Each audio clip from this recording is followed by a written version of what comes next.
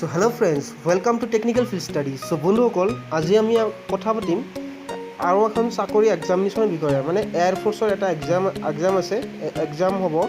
আপোনাৰ এই এক্সামৰ বিষয়ে আমি ডিটেইলছ কথা পাতিম ফুল ভিডিঅ'টো চাই থাকক আৰু শেষলৈকে চাই থাকক কেনেকৈ মানে মিনিমাম ক্ৰাইটেৰিয়া কি আপোনাৰ কি লাগিব কিমান পাৰ্চেণ্ট লাগিব কোনটো ইয়াৰ্ছত কিমান পাৰ্চেণ্ট লাগিব সব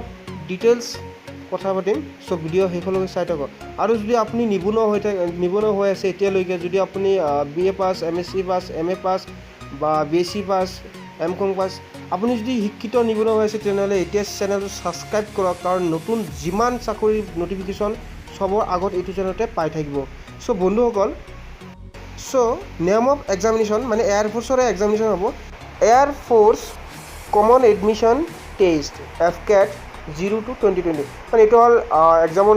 নাম্বাৰ অফ পোষ্ট 256 মানে 256টা পোষ্ট আছে Indian air force requirement eligibility আপুনি চাওক এতিয়া মই সকলো এলিজিবিলিটি মানে কৰিম এটা কেইটামান ভাগত বিভক্ত কৰা আছে সবকেইটাৰ মই ক্ৰাইটেৰিয়া কৈ দিম মানে কি দৰকাৰী আপোনাৰ কিমান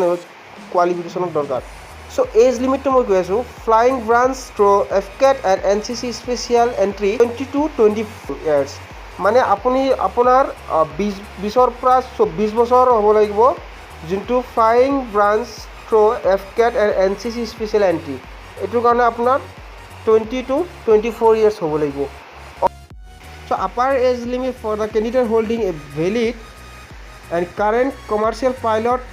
licence issued by DGCA India is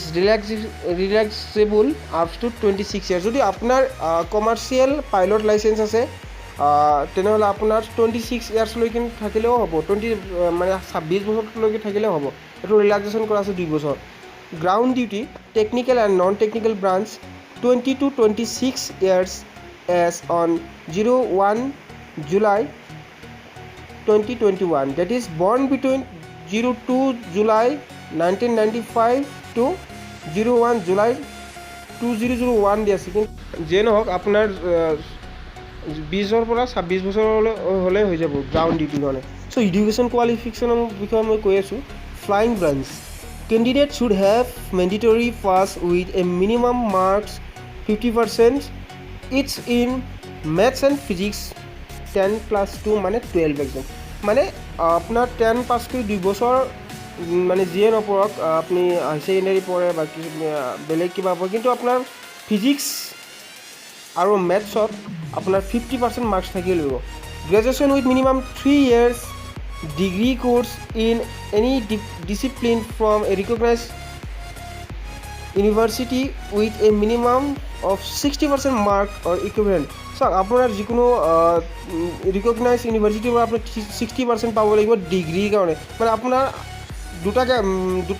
criteria আছে মেইন প্ৰথম ক্ৰাইটেৰিয়া হ'ল হাই ছেকেণ্ডেৰীত আপোনাৰ 50% পাব লাগিব ফিজিক্স আৰু মেথছত আৰু আপুনি গ্ৰেজুৱেশ্যন কৰিব লাগিব গ্ৰেজুৱেশ্যনত আপোনাৰ 60% থাকিব লাগিব মানে BSc কৰক আপুনি BTech কৰক যিয়ে কৰে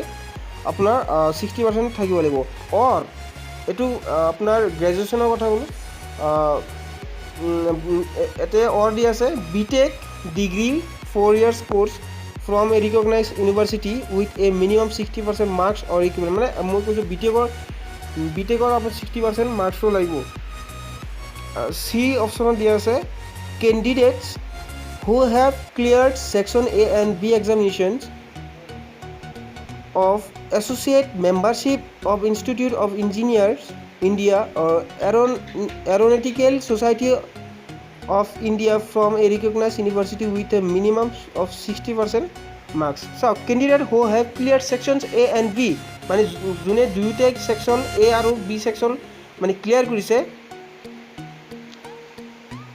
or Aeronautical Society of India from a recognized university with a minimum 60% মানে আপুনি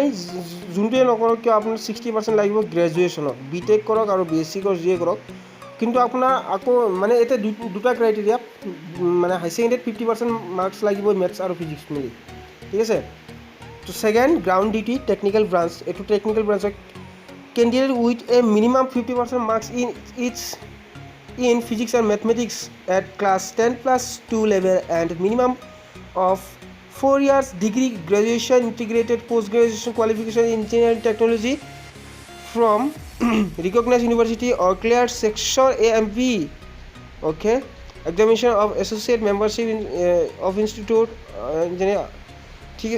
ঠিক আছে আপোনাৰ যোনটো এতিয়া একে কথা হৈছে মানে ফিজিক্স আৰু মেথছতো আপোনাৰ 50% লাগিব হাই ছেকেণ্ডেৰীত আৰু গ্ৰেজুৱেশ্যনত আপোনাৰ 60% লাগিব গ্ৰাউণ্ড ডিউটিৰ কাৰণে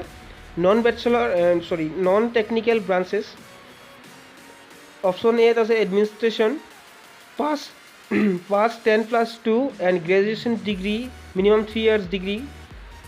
in any discipline from a recognized university with a minimum 60% marks or equivalent or clear section A and B examination of associate membership of institute of engineering মানে একে কথা আপুনি ক্লাছ 10+2 মানে হাই ছেকেণ্ডেৰীত আপোনাৰ 60% থাকিব লাগিব আপোনাৰ হাই ছেকেণ্ডেৰী আৰু গ্ৰেজুৱেশ্যনত 60% থাকিব লাগিব এটো 4 নম্বৰ পোষ্টত হেতু মেটেৰিয়লজি কি হৈছে post graduate degree in any science stream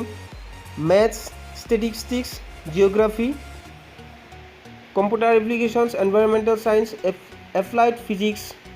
oceanography meteorology agriculture meteorology ecology and environment geophysics environmental biology with a minimum 50% marks in aggregate of all papers put together আপোনাৰ যিখিনি মই এতে দেখাই দিছোঁ মানে মেথমেটিক্স ষ্টেটিষ্টিক্স সায়েন্স ষ্ট্ৰীমৰ mathematics statistics geography computer science মানে যিমানকেইটা আছে চবতে এগ্ৰিগেট 50% লাগিব মানে মুঠত আপোনাৰ টোটেল পাৰ্চেণ্টেজ 50% লাগিব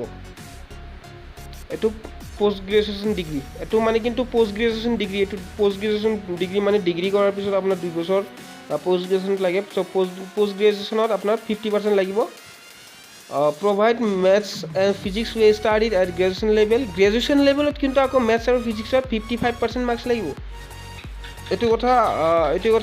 বহুত ইম্পৰ্টেণ্ট কথা কৈছে এইটো maths আৰু physicsত যোনটো গ্ৰেজুৱেশ্যন লেভেলত আপুনি পাৰ কৰি আছে তাতে 55% লাগিব আৰু পোষ্ট গ্ৰেজুৱেশ্যনত আপোনাৰ 50% হ'লে হ'ব ওপৰত যিমানকেইটা অপশ্যন আছে চ' এক্সামিনেশ্যন ফিজটো কৈ আছোঁ after filling in the online application form the examination fees মানে 250 টাকা লাগিব ফৰ FCAT এণ্ট্ৰি এতিয়া চাওক how to apply Indian air force jobs aspirant for IAF are required to apply online by using the link মই লিংকটো ডেছক্ৰিপশ্যনত দি দিম Aadhaar card is mandatory for the online registration মানে আপোনাৰ অনলাইন ৰেজিষ্ট্ৰেশ্যন কৰাৰ কাৰণে কিন্তু আধাৰ কাৰ্ডটো লাগিবই এইটো মানে মেণ্ডেটৰী লাগিবই এইটো মানে এইটো আপুনি নাপাহৰিব date for submission of online application 15 June মানে 15 জুনৰ পৰা 14 জুলাইলৈ আপোনাৰ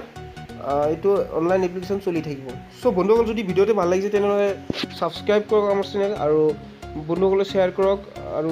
ভিডিঅ'টো লাইক কৰি দিয়ক চ' আজিলৈকে থেংক ইউ বাই